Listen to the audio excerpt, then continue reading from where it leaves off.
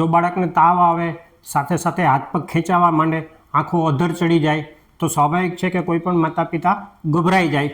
પરંતુ ગભરાશો નહીં, સાથે સાથે અમુક ભૂલો પણ ન કરતા, કારણ કે અમુક ભૂલો બાળકોના જીવને જોખમમાં મૂકી શકે છે.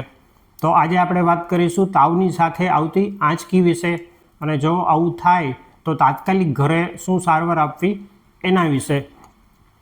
અને આ વિડીયો અંત સુધી જોજો, અને આ વિડીયોને વધુને વધુ શેર કરજો, કારણ કે આ માહિતી છે તમારા અને તમારા ફેમિલી માટે ખૂબ જ મહત્ત્વની છે. હું છું ડૉક્ટર ધર્મેશ ગોહેલ, નવજાત શિશુ તથા બાળરોગ નિષ્ણાંત. મારી હોસ્પિટલનું નામ છે નક્ષત્ર બાળકોની હોસ્પિટલ, અને મારી હોસ્પિટલ રાજકોટમાં આવેલી છે, નાગરિક બેંક ચોક પાસે. આ જ વિષયમાં મેં એક બીજો વિડીયો મારી યુટ્યુબ ચેનલ ઉપર અપલોડ કરેલો છે.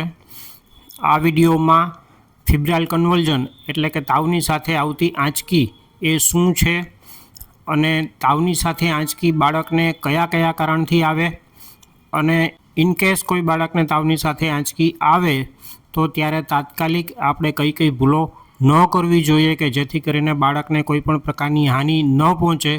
આ વિશે મેં એ વિડીયોમાં વિગતવાર સમજાવેલું છે, તો એ વિડીયો પણ આપ ચોક્કસથી જોજો. હવે આપણને પ્રશ્ન થાય કે તાવની સાથે આંચકી આવે તો બાળકમાં શું શું લક્ષણો જોવા મળે. તો જો આ લક્ષણો બાળકમાં જોવા મળે તો તરત જ સાવચેત થઈ જજો. મોટાભાગના કેસીસમાં તાવની સાથે જનરલાઇઝ ટોનિક ક્લોનિક ટાઈપના કન્વલ્ઝન આવતા હોય છે. મતલબ કે આખા શરીરમાં એકસાથે આંચકી આવતી હોય, ચારે હાથ પગમાં આંચકી આવતી હોય છે, આંખો અધર સાથે ચડી જતી હોય છે, મોઢામાંથી ફીણ નીકળતા હોય છે, અને બાળક બેભાન થઈ જતું હોય છે. એટલે મોટાભાગના કેસીસમાં આ ટાઈપની આંચકી જોવા મળતી હોય છે. પરંતુ અમુક કેસીસમાં ટોનિક પ્રકારની આંચકી જોવા મળે, મતલબ કે બાળકના હાથ પગમાં ખેંચ ન આવે પણ બાળક સાવ કડક થઈ જાય. અમુક કેસીસમાં બાળકની આંખો ખાલી અધર ચડી જાય. અમુક કેસીસમાં બાળક સાવ એકદમ સ્થિર જોવે, અને અમુક કેસીસમાં મોઢામાંથી માત્ર ફીણ નીકળે. અમુક કેસીસમાં ચાર હાથ પગમાંથી ખાલી કોઈ એકાદ હાથ પગમાં જ ઝટકા આવે, આંચકી આવે, બાકીના હાથ પગમાં આંચકી ન આવે. અમુક કેસીસમાં ખાલી મોઢું આંકું થઈ જાય, આ ટાઈપનું એવું પણ થઈ શકે. એટલે આવા કોઈ પણ લક્ષણ દેખાય તો એ આંચકી છે, અને તરત ને તરત સાવચેત થઈ જજો. હવે આપને પ્રશ્ન થાય કે આ જે બાળકમાં તાવની સાથે આંચકી આવે એ કેટલીક જોખમી છે. હવે તમે જે સાંભળશો એ તમને તરત જ રાહત આપશે. આંચકી જ્યારે આવે ત્યારે એ તો મેડિકલ ઇમરજન્સી છે, એટલે ત્યારે તો બાળક ઉપર જોખમ 100% કહેવાય જ. આ જે ફિબ્રાઇલ કન્વલ્ઝન છે એ મુખ્યત્વે બે પ્રકારના હોય છે. એક સિમ્પલ ફિબ્રાઇલ કન્વલ્ઝન અને એક કોમ્પ્લેક્સ ફિબ્રાઇલ કન્વલ્ઝન. એટલે જો બાળકને સિમ્પલ ફિબ્રાઇલ કન્વલ્ઝન હોય તો આવા પ્રકારના બાળકોમાં આગળ ભવિષ્યમાં કોઈ મોટું જોખમ હોતું નથી. મોટાભાગના કેસીસમાં એને આગળ આંચકીની બીમારી થતી નથી. અમુક ટકા કેસીસમાં આંચકીની બીમારી થઈ શકતી હોય છે, પણ એ બહુ જ જૂજ કેસમાં, બહુ જ રેર કેસમાં. જો આંચકી 15 મિનિટથી વધુ સમય ન રહે અને આપણે એમની તાત્કાલિક સારવાર લઈ લઈએ આંચકી માટેની, તો બાળકના મગજની અંદર પણ કોઈ પણ જાતનું નુકસાન થતું નથી.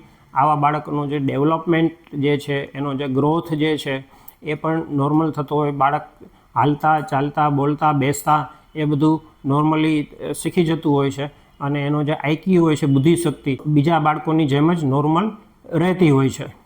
હવે આપણે વાત કરીએ કે જો બાળકને તાવની સાથે આંચકી આવે તો એને ઘરે આપણે શું તાત્કાલિક સારવાર કરવી. આ ભાગને ખૂબ જ ધ્યાનપૂર્વક સાંભળજો, કે જો તમે યોગ્ય પ્રક્રિયા કરશો તો બાળકનો જીવ તમે બચાવી શકશો.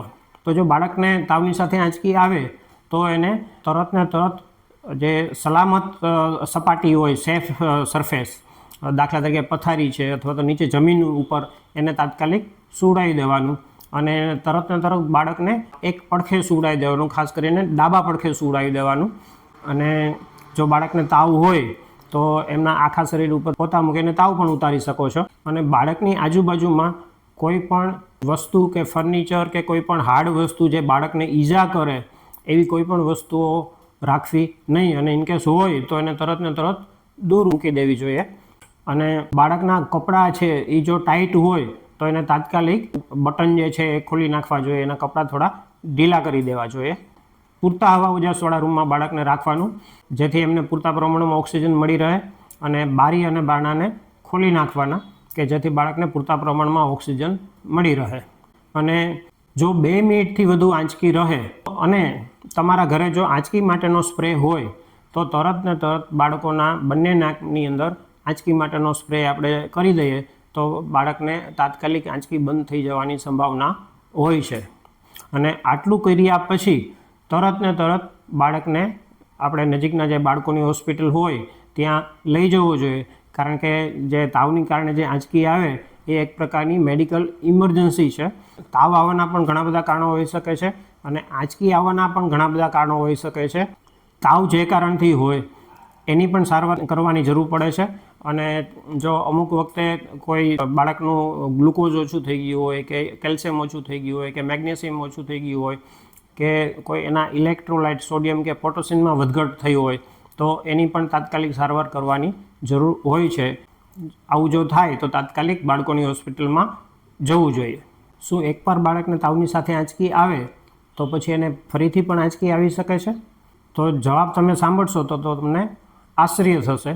એટલે જો બાળકને એકવાર આંચકી આવે તો બાળક જ્યાં સુધી 5 વર્ષનું ન થાય ત્યાં સુધી એને ફરી પણ તાવની સાથે આંચકી આવવાની સંભાવના રહેતી હોય છે. પરંતુ મોટાભાગના કેસીસમાં 5 વર્ષની ઉંમર પૂરી થાય બાળકની પછી તાવના કારણે આંચકી આવતી નથી હોતી. હવે આપણે વાત કરીએ કે તાવની સાથે આંચકી ન આવે એટલે કે એના પ્રિવેન્શન માટે આપણે શું કરવું. તો તાવની સાથે આંચકી ન આવે એના માટે જો બાળકને તાવ આવે તો આપણે તાત્કાલિક એમને વજન અને ઉંમરને ધ્યાનમાં રાખીને જે પ્રમાણે બાળકોના ડૉક્ટરે સમજાવેલી હોય તાવની દવાનો ડોઝ એ પ્રમાણે એને તાવની દવા આપી દેવી જોઈએ. સાથે સાથે એના આખા શરીર ઉપર પાણીના પોતા મૂકી અને તાવને ઉતારી દેવો જોઈએ. અને જો બાળકને વારંવાર આવું થતું હોય, તાવની સાથે આંચકી આવતી હોય તો ઘણીવાર એમને પ્રોફાઇલેક્સિસ એટલે કે તાવની સાથે આંચકી ન આવે એ માટેની એ પ્રકારની દવાઓ જો બાળકોના ડૉક્ટરે ચાલુ કરેલી હોય તો તાવની દવાની સાથે સાથે એ આંચકીની દવા પણ બાળકને આપી દેવી જોઈએ કે જેથી બાળકને આવી તાવની સાથે આંચકી આવવાની સંભાવના બહુ ઓછી રહેતી હોય છે. અને એ સિવાય જે વેક્સિનેશન જે છે, બાળકોનું જે રસીકરણ છે એ કમ્પ્લીટલી પૂરું કરવું જોઈએ કે જેથી કરીને બાળક બીમાર જ ન પડે, એને તાવ જ ન આવે. અને તાવ ન આવે તો સ્વાભાવિક રીતે એને આંચકી પણ નહીં આવે. હવે 2 મિનિટમાં આપણે આખા વિડિયાનું જે હાર્દ જે છે એ આપણે સમજી લઈએ. બાળકોમાં જે તાવના કારણે જે આંચકી આવતી હોય છે એ કોઈ બહુ વધુ પડતું ગંભીર રોગ નથી અને મોટાભાગના બાળકોમાં 5 વર્ષની ઉંમર પછી તાવના કારણે જે આંચકી આવતી હોય છે એ બંધ થઈ જતી હોય છે. પરંતુ જ્યારે આંચકી આવે તો એ મેડિકલ ઇમરજન્સી છે અને તાવ આવવાના પણ ઘણા બધા કારણો હોય અને એની સારવાર કરવી જરૂરી હોય છે. અને આંચકી આવવાના પણ ઘણા બધા કારણો હોય અને એની સારવાર કરવાની જરૂર હોય છે. અને તાવના કારણે આંચકી આવવાના અમુક ગંભીર કારણો પણ હોય છે. દાખલા તરીકે બાળકને ધનુર હોઈ શકે છે, એમને મેનિન્જાઇટિસ એટલે મગજની અંદર રસી હોઈ શકે છે, એમને એન્કેફેલાઇટિસ એટલે મગજની અંદર વાયરસનું ઇન્ફેક્શન હોઈ શકે છે. એટલે આવા ગંભીર રોગો પણ હોઈ શકે છે. એટલા માટે જ્યારે બાળકને તાવની સાથે આંચકી આવે તો ઘરે પ્રાથમિક સારવાર આપ્યા પછી તરત ને તરત નજીકની બાળકોની હોસ્પિટલે સારવાર માટે જવું જોઈએ. જો આ માહિતી તમને ઉપયોગી લાગી હોય તો ચોક્કસથી લાઇક કરજો અને આ વિડીયો કેવો લાગ્યો એના વિશે ચોક્કસથી કોમેન્ટ કરજો અને આ વિડીયોને વધુને વધુ શેર કરજો કે જેથી કરીને આ ઉપયોગી માહિતી વધુને વધુ લોકો સુધી પહોંચી શકે. અને આવા જ પ્રકારના વિડીયો માટે મારી YouTube ચેનલને સબસ્ક્રાઈબ કરવાનું ના ભૂલતા.